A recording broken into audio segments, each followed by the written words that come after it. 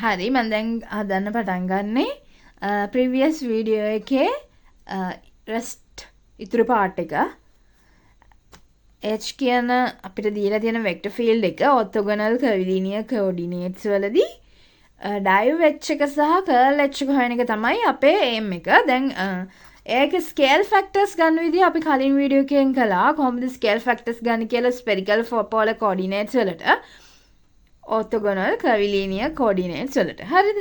දැන් එතකොට div h එකයි curl h එකයි ගන්න තමයි මම යන්නේ. as given මම මෙහෙම ලියා ගන්නවා. as දී ඇති පරිදි. as given h කියන එක්කෙනාව අපිට දීලා තියෙනවා r වර්ග cos theta er ධන 1ට r e theta ධන 1ට r sin theta වරක් e phi. මේකනේ අපි අර සුළු කරලා ගත්තේ නේද? හරි.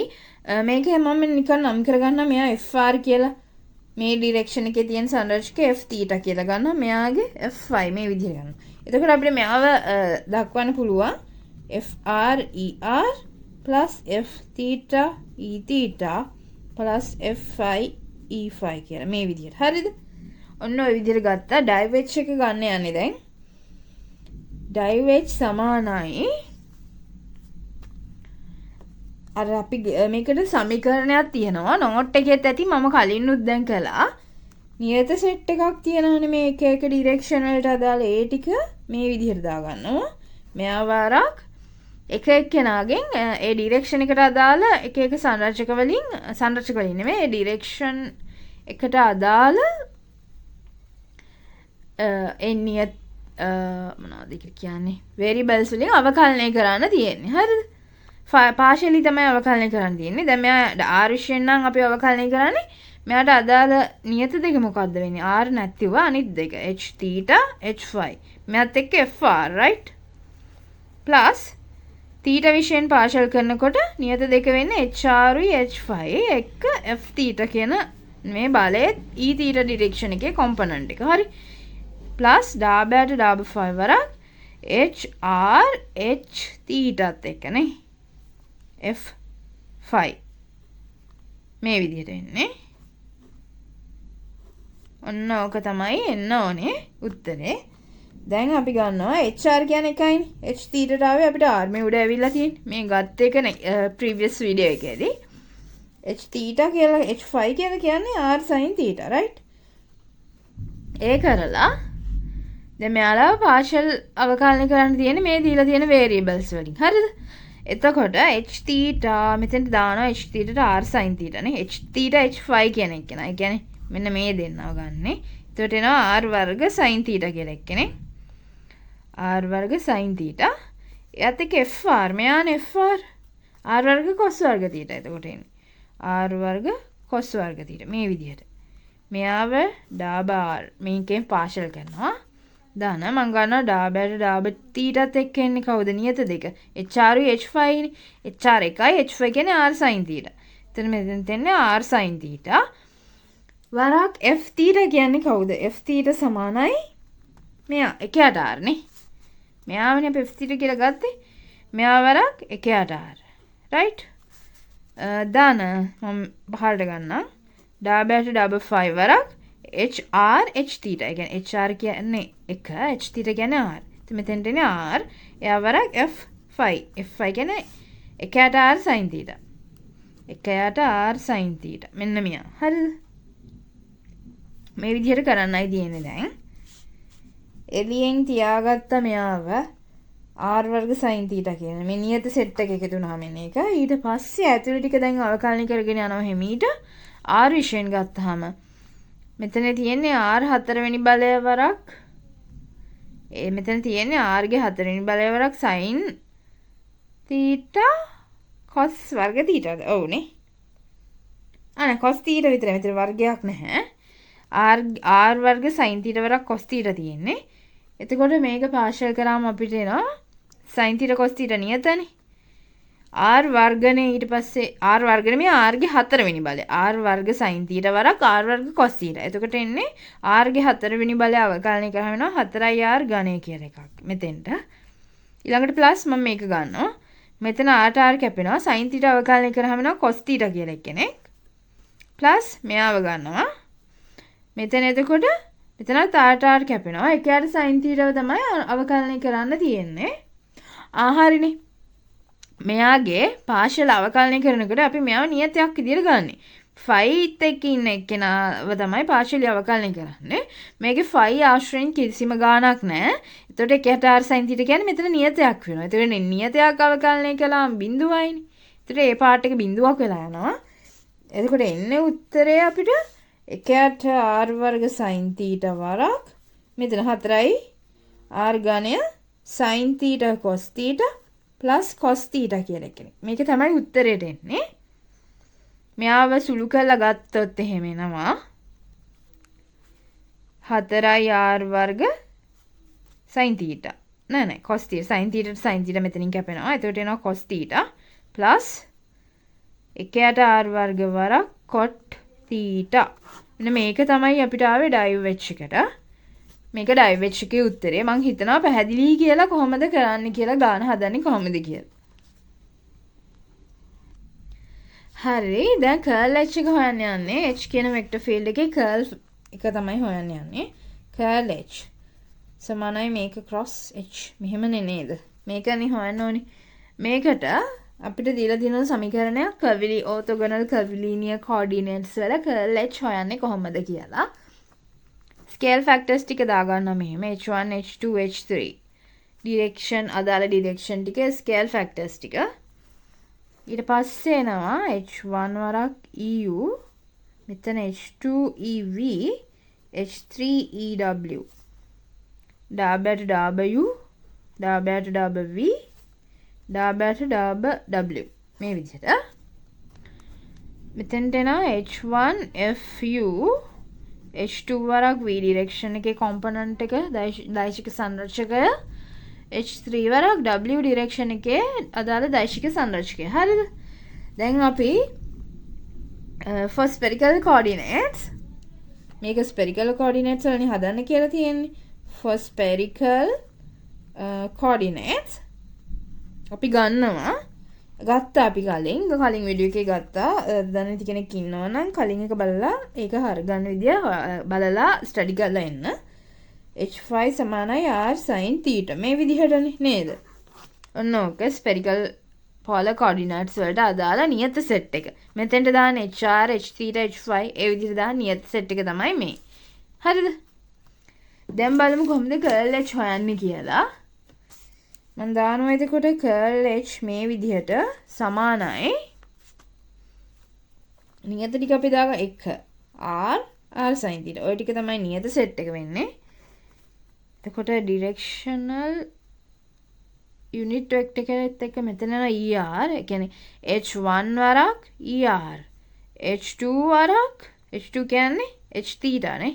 hθ කියන්නේ r නේ. එතකොට එයා වරක් e θ. ඊළඟට h5 වරක් h5 කියන්නේ r sin θ වරක් e5. මේ විදිහට තමයි මෙතෙන්ට සෙට් වෙන්නේ. මෙතන ඩාබ යට ඩාබ r ඩාබට ඩාබ θ ඩාබට ඩාබ ෆයි ඔය විදිහට. හරිද? එතකොට එනවා දැන් මෙතන ඊළඟට කොම්පොනන්ට්ස් ටික fr rf θ r sin θ f5 මේ විදිහට තමයි දාන්නේ. එතකොට අපිට දීලා තියෙනවා දැන් h කියන ෆන්ක්ෂන් එකව අපිට දීලා තියෙනවානේ මේ විදිහට. h සමානයි r වර්ග cos θ මේ ඩිරෙක්ෂන් එකේ දාන එකයට r e θ ඩිරෙක්ෂන් එකේ දාන එකයට r sin θ e5 ඩිරෙක්ෂන් එකේ right. මෙයාව තමයි ගත්තේ fr විදිහට. මෙයා f θ මෙයා f5. හරිද? එතකොට දැන් curl h හොයන්න තියෙන්නේ. curl h හොයද්දී බලමු දැන් කොහොමද ඒක කරන්න කියලා. මම ඒක වෙන කොලයකට ගන්න. අනේ කමන්නේ. මේ විදිහට දැන් මම ලියා ගන්න යන්නේ r වර්ග sin θ. කොහොමද ඒක ගත්තේ? මේ මෙතනයි. ඒක තමයි මේ ලිව්වේ. මෙතන er ඉන්නවා. ඩාබට ඩාබ r ඉන්නවා. r වර්ග cos θ ඉන්නවා නේද? ඊළඟට මෙතන මෙතන ඉන්නවා e θ r e θ ඉන්නවා. ඩාබෑට ඩාබ θ ඉන්නවා. r වරක් ෆන්ක්ෂන් එක වෙන්නේ එකයට r. ඒ කියන්නේ මේ f θ.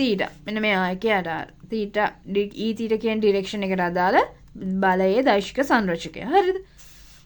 මෙයා ඊළඟට r sin θ e phi. r sin θ e phi මෙතෙන්ට එන්නේ phi ඩිරෙක්ෂන් එකේ phi ගෙන් පාර්ෂල් කරන්න ඕනේ. phi ඩිරෙක්ෂන් එකේ බලය එන්නේ කොහොමද? එතකොට r sin θ වරක් එකයට r sin θ නේ. එකක් තමයි එතකොට එන්නේ උත්තරයි. මෙයා එකයට r sin θ නේ නේද? මේ විදිහට අපි ලියාගත්ත අපිට අවශ්‍ය කරන කර්ල් h එක ගන්න ඔය ෆන්ක්ෂන් එක. හරිද? මේ විදිහට ලියාගත්තා. දැන් බලමු ඒක කොහොමද දීර්ඝ සුළු කිරීම අරගෙන කරන්නේ කියලා. ක්‍රොස් ප්‍රොඩක්ට් එකක් නේ යන්නේ නේද? මේක සමානයි මම දානවා එකයට r වර්ග sin θ. ඒ අර එළියේ ඉන්න පොදු නියත සෙට් එක right. er මෙයානේ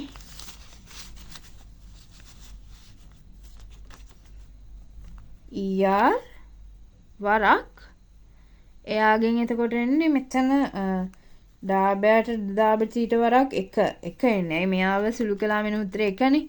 ඍණ මෙයානේ ඩාබෑට ඩාබ phi. ඩාබෑට ඩාබ phi වරක් මෙයාවත් සුළු කළාම එන්නේ මෙතන r කැපුණාම එකක් එන්නේ. එක right. ඒක දාන r e θ r ඒ ෆන්ක්ෂන් එකේ දීලා තියෙන විදිහට දැන් මෙතනින් අපි දැන් හදාගත්තානේ මේක මේ විදිහට r e θ කියන එක නම අපි ගන්න ඊළඟට මෙන්න මේ දෙන්නගෙන් ක්‍රොස් ප්‍රොඩක්ට් එක ගන්න හැටි දන්නවනේ. ඒක අමාරු නැහැ. එතකොට එන්නේ මෙතන ඩාබෑට ඩාබ r වරක් 1 ඍණ ඩාබෑට ඩාබ phi වරක් කවද? මෙයාව r වර්ග cos θ නේ. r වර්ග cos θ. වැඩක් තියනවාද? ඉතින් මෙයාත් නියතයක් වෙනවානේ. අයි phi ගේ අඩංගු ෆන්ක්ෂන් එකක් නෙමෙයිනේ මේක. ඒතර මේකත් 0 වෙලා යනවා. හරිද? මෙයා 1 කියන එක්කෙනාව ආරිෂෙන් අනුකලනය කළත් 1 කියන්නේ නියතයන්. ඒතර මෙයාව 0 වෙලා යනවා. මෙයාගෙත් එහෙමයි. මෙයාවත් 0 බිඳුව වෙනවා. දාන අන්තිම එක්කෙනා r sin θ e phi. මෙන්න මෙයාගේ r sin θ e phi කියන ඩිරෙක්ෂන් මේ මෙයාගේ r sin θ e phi මෙන්න මෙයාත් එක්ක ගන්න යන්නේ. ඒතර මේකෙන් මේක නේද? එන්නේ එතකොට ඩාබෑට ඩාබ r ඩාබෑට ඩාබ r වරක් මෙතන 1 ඍණ ඩාබෑට ඩාබ θ වරක් r වර්ග cos θ right. ඔහමනේ. එතකොට මේ දෙකම 0ට ගියා. මේ ලොකු එක්කෙනාගේ ඇතුළේ තමයි මේ සෙට් එකේ ඉන්නේ. මේ විදිහට එකයට r වර්ග sin θ තමයි එළියෙම ඉන්නේ. මේ හැමෝගෙම එළියේ. එතකොට එකයට r වර්ග sin θ වරක් එනවා මෙතෙන්ට. මෙයා බිඳුවයිනේ. එක අනුකලනය කරා. θ විශ්යෙන් මෙයාව අනුකලනය කරා. එන්න දැන් මෙතන අපි ලියාගන්න r sin θ e phi right. මේ විදිහට r sin θ e phi direction එකේ මෙයාගේ ඇතුළේ සුළු කරන තමයි දැන් යන්නේ. මෙයා බිඳුවයි ඍණ r වර්ග වරක් cos θ ව අනුකලනය කරාම එන්නේ අවකලනය කළාම ඍණ sin θ නේද? මේ විදිහට එකක්. එතකොට එන උත්තරේ සමානයි එකයට r වර්ග sin θ වරක් r sin θ. මේක කොහොමද ගන්න එතකොට? මෙතන ඍණ සෙට් වෙනවා. ඍණ දාලා වෙනවා. එතකොට r වර්ග sin θ කියලා එක්කෙනෙක්ව හැදෙනවා මෙතන නේද? මේ විදිහට තමයි එන්නේ. එතකොට එනවා එකයට r වර්ග sin θ මෙන්න මේක ඩිරෙක්ෂනල් වෙක්ටර් එක වරක් r ඝනය sin වර්ග θ මේ විදිහට එනවා. සමානයි r sin θ e phi. ඔනෝකන ඉන්නේ උත්තරේට කර්ල් h එකනේ. අපි ඔය හෙව්වේ. මෙයාවනේ හෙව්වේ. සමානයි කර්ල් h සමානයි r sin θ මෙන්න මෙයා right. ඔක තමයි කර්ල් h එකට ආපු උත්තරේ. ඉතින් අහලා තියෙන්නේ ගානේ මොකද්ද? අපිට ගානේ අහලා තියෙන්නේ. මේ තියෙන ගාන දීලා තියෙන සමීකරණය මේ වෙක්ටර් ෆීල්ඩ් එක මේක ස්පෙරිකල් පෝලර් කෝඩිනේට්ස් වලට දාලා කර්ල් h එකයි ඩයිව් h එකයි හොයන්න කියලා තමයි තියෙන්නේ. ඉතින් මම ඒ විදිහට එක හෙව්වා. අපහැදිලි තැනක් තියෙනවා නම් කමෙන්ට් එකක් දාන්න. channel එක subscribe කරන්න, like කරන්න, bell icon එක click කරන්න, අනිත් අයට දැනගන්න share කරලා තියාගන්න. තව එකක විදිහේ videos ගොඩක් maths වගේම තව වැදගත් වෙන videos ගොඩක් ගේන්න බලාපොරොත්තු වෙමින් ඉන්නවා. ඒක නිසා channel එක subscribe කරලා තියාගන්න කියලා ඉල්ලනවා. ඉතින් 2022 third question එක මේ විදිහට ඉවර වෙනවා. මං හිතනවා පැහැදිලි කියන නෝට් එකක් නැති අයට orthogonal curvilinear coordinates කියන එක දන්නේ නැති අයට ඒක පැහැදිලි වෙන විදිහට නෝට් එකක් මං අප්ලෝඩ් කරලා තියෙනවා. අවශ්‍ය නම් අරගන්න පුළුවන්. හරිද? හරි. ඒ ටික තමයි කියන්න තියෙන්නේ. එහෙනම් බොහොම ස්තුතියි.